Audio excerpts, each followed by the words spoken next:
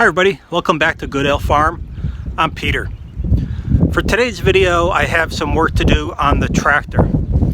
Specifically, I want to put the backhoe attachment, which you see here, onto the tractor. And the reason I'm doing this video is I don't think there's any video out on YouTube that shows this particular backhoe going on my tractor. When I first got my tractor and I had to unhook it and then hook it back up again, it was pretty challenging to figure out. So part of this is more instructional for those that maybe have a tractor like this or the model of the backhoe. So I hope you enjoy it, and we'll see you out there. Thank you. All right, so before I actually get into the heavy lifting of the work, I gotta make some space here. I have to take that yellow back blade. I use that in the winter time to clear the driveway. It goes on the back of the tractor. I got to get that out of there to bring the tractor in.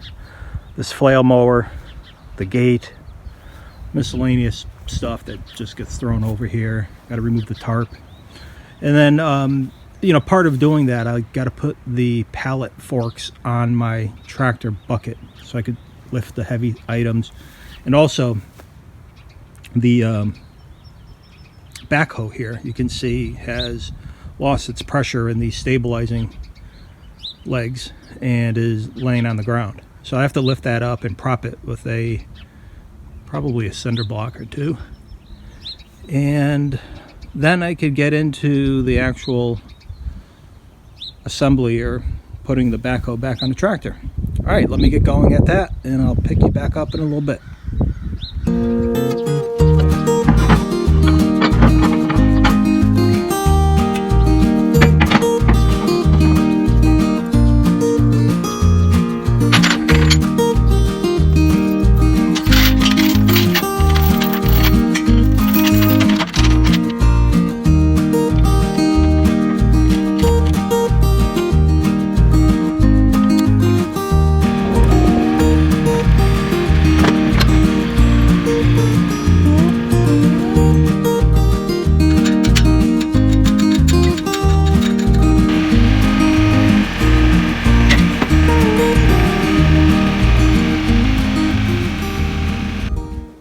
All right, I tried to lift this up with the tractor and the pallet forks, and there's no safe way to do it.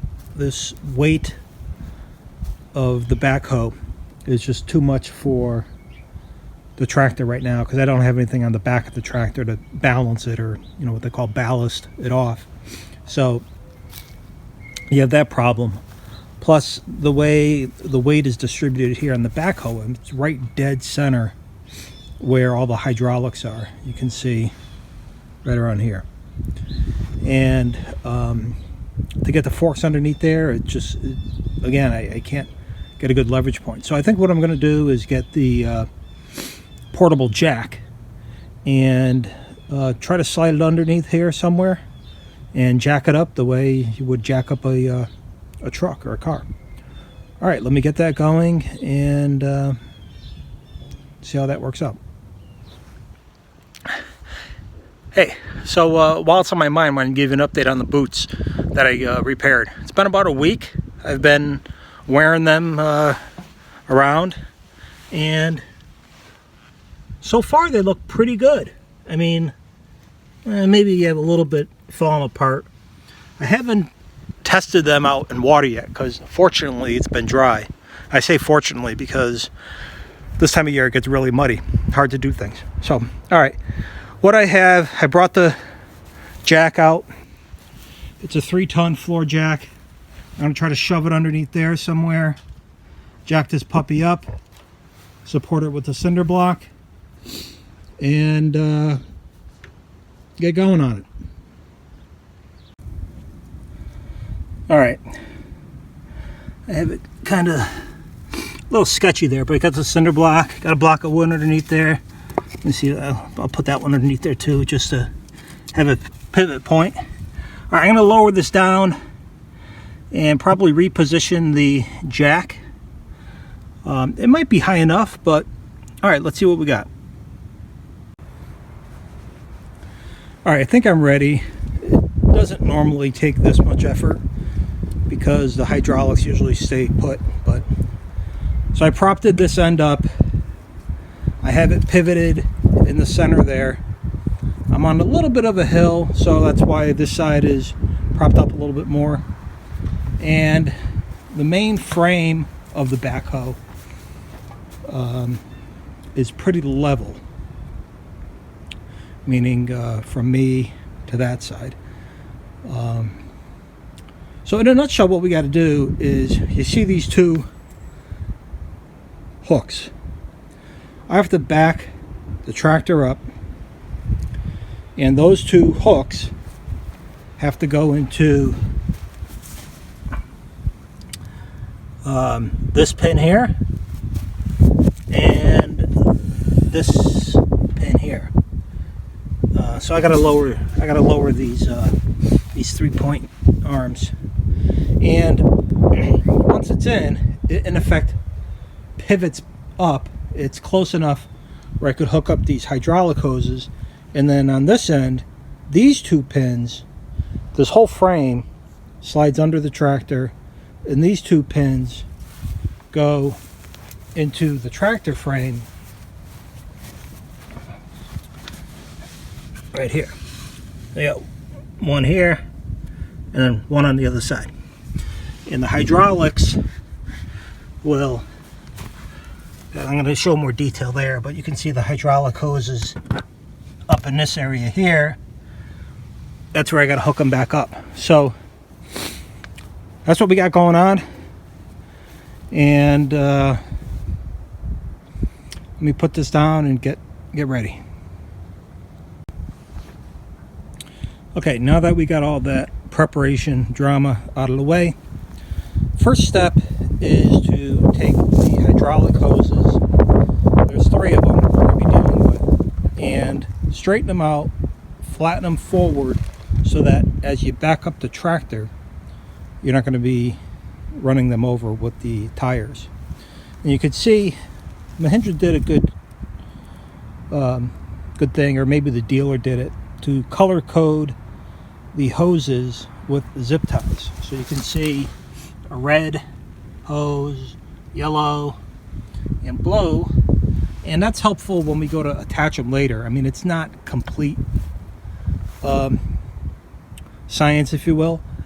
There's a little bit of kind of figuring it out, but let me back the tractor up, at least get the hoses in. Once the hoses are in, then the hydraulics will work. I won't have it completely hooked up, everything, but with the hydraulics in, I could at least start moving these arms and that bucket so that it gets into a better position so that these hooks can actually hook into the trailer. All right, let me back her up. Okay, I have it backed up. A couple tips. One is these pins that go in the front, always keep them off to the side. They're always getting lost, or it could end up under a tire. I lowered the 3-point hitch arm here, so you know these 3-point, the power is lifting the arm up. So when you go to lower it, you really, the way to do it is to stand on the arm and lower the lever down. So anyway, that's lowered. And you can see here what I got going on. We got the pin right here. That is on the tractor itself.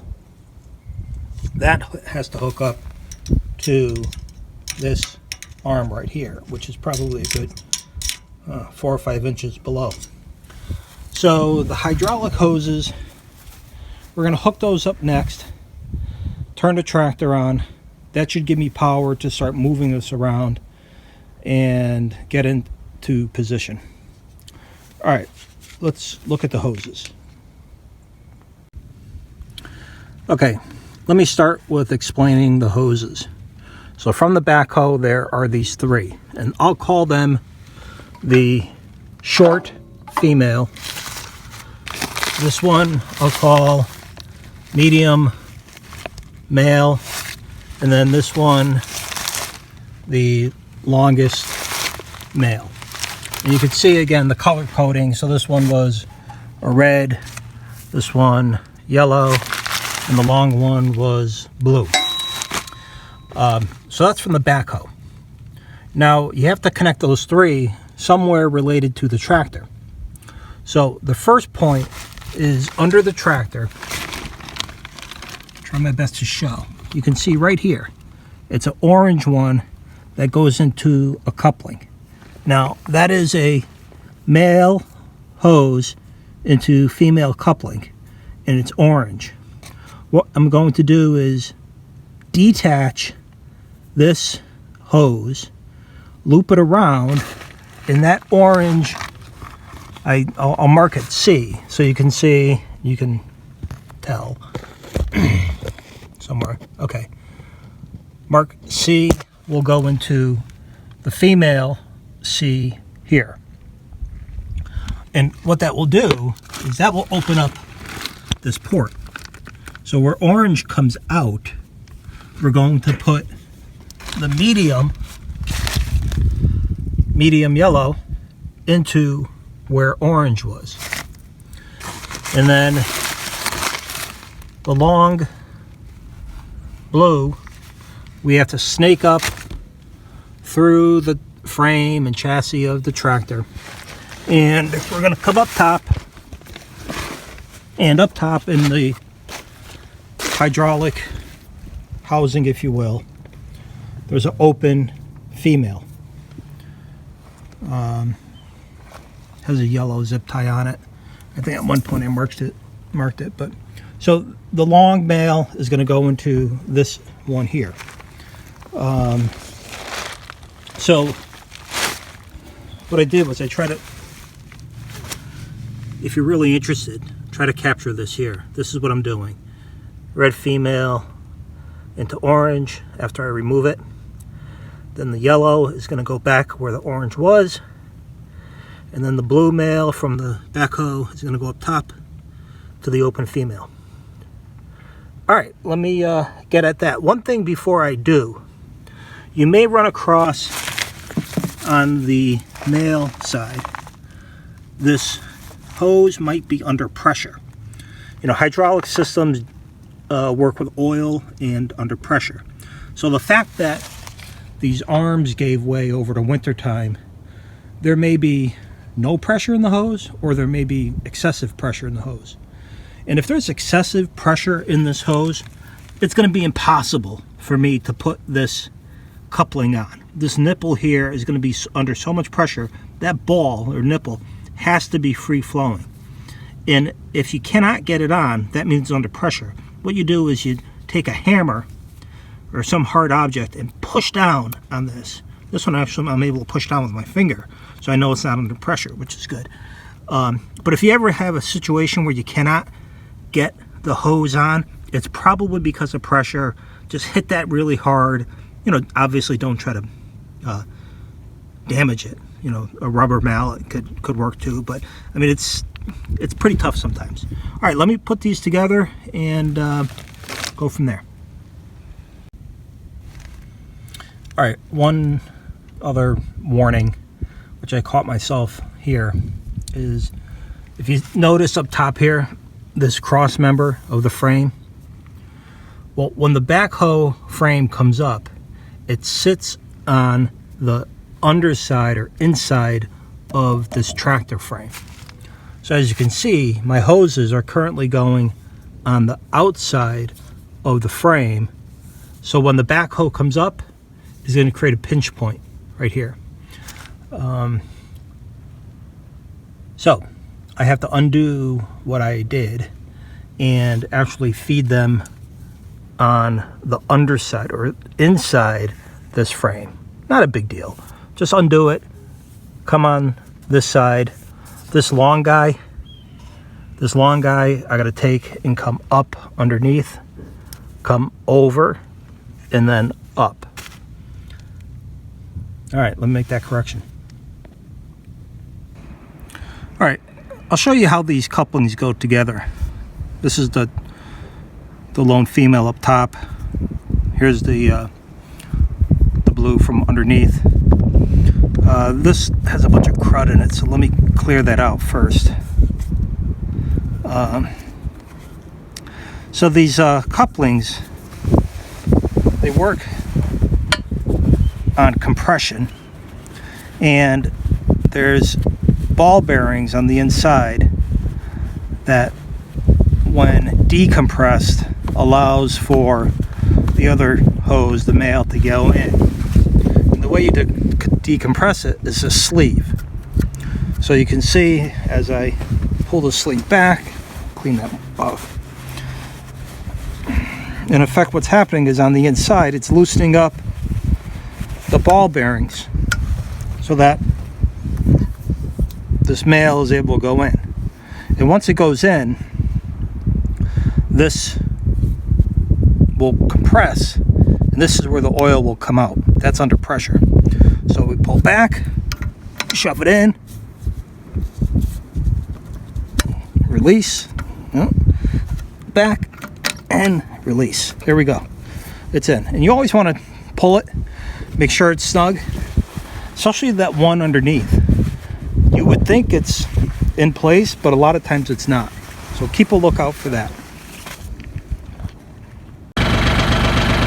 All right, I got the tractor running. The hydraulics are working. So I have it resting on the bucket as one pivot point. And I put the stabilizer arms down. This one over here, that one over there. And you can see I'm pretty still far away from where I gotta hook up. All right, everybody, we're, I think, all done getting the backhoe set up. Have a little snow flurry at the moment. If you see any snowflakes, that's what we have. Springtime in New England, sunny and then snow. So the backhoe is a 1710 Mahindra full frame, where as you saw earlier, the frame sits, from this part of the backhoe all the way through and connects underneath the tractor. We have the pins. I'll show you these here. These pins right here, one on this side, one on the other. Set up.